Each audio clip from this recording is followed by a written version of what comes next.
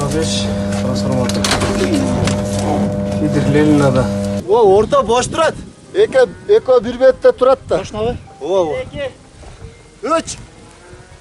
Май айынан баштап электр энергиясына болгон тариф 77 тыйындан 1 сомго көтөрүлөт. Электр жарыгына баа 23 тыйынга кымбаттай тургандыгы күндүн актуалдуу темасына айланды. Ага негиз өлкөнүн локомотивиде бийик баа берген тармак жылдан жылга көңүл бурууга муктаж абалга келгени. Ушул күндөрү элдин электр энергиясын колдонуусу рекорддук чекке жетип, жабдыктарга күч келүүдө, учурда электр жабдууларын күйүп кетүүдөн же жарылуудан сактап калуу зарылчылыгы адистердин шаштысын алууда. Трубаны жагып текшерип иштетебиз.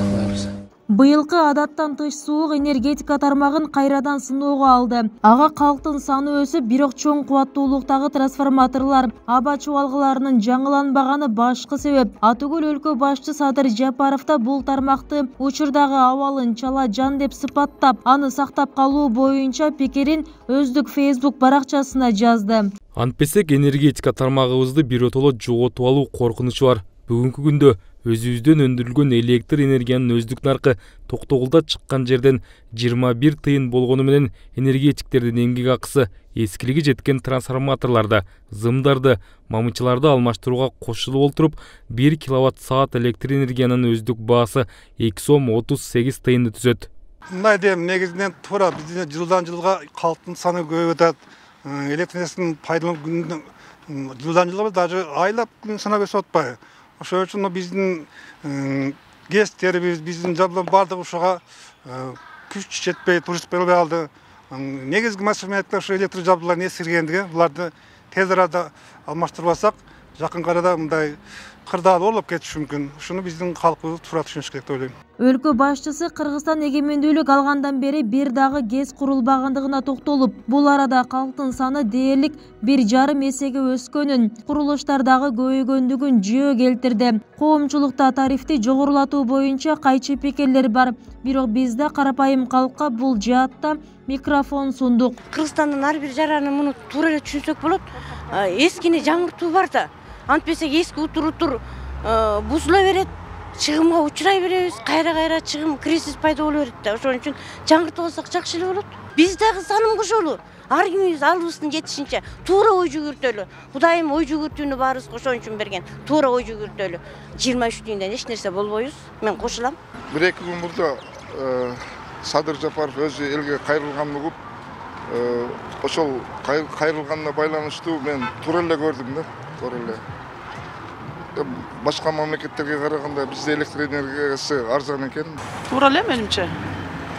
23 тыйындан кошулса 1 сом болот. Өчүрүүлөр болбосо, свет убагында болуп турса, туура эле. Макул элесизби ошол 23 тыйынга көбөйтүп, жабдыктарды оңдойбуз дегенди? Макул. 100% кошулам. Өзүбүз мамлекеттик кызмат ким өнөдү. Өзбекстан көбөйбөйдү эч качан. Россия келип көбөйбөйдү бизге. Өзümüz oğlamasa kim olaydı? Doğru yaptı. Doğru söylesen tukanı yağmaydı. Şimdi kardeşim yaptı o çıkın. Буга мен макул эле эмес, себеп азыр немелер эскиргенди отпайбы, бардык немелерчи. Ошого караштуу макул эле эмес.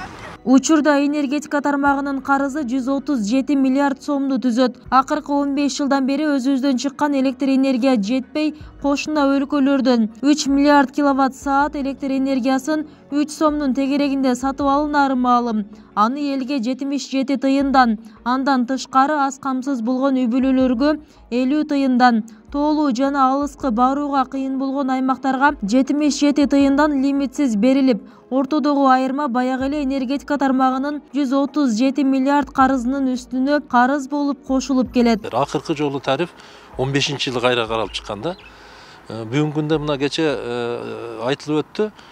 Биздин электр энергиянын элге жеткен наркы 2 сомдон ашып кетет да. А биз болгону бүгүнкү күндө мына 77 тыйындан сатып атабыз. Ошондой эле аз камсыз болгон үй-бүлөлөргө 50 тыйынга чейин сатып атабыз да.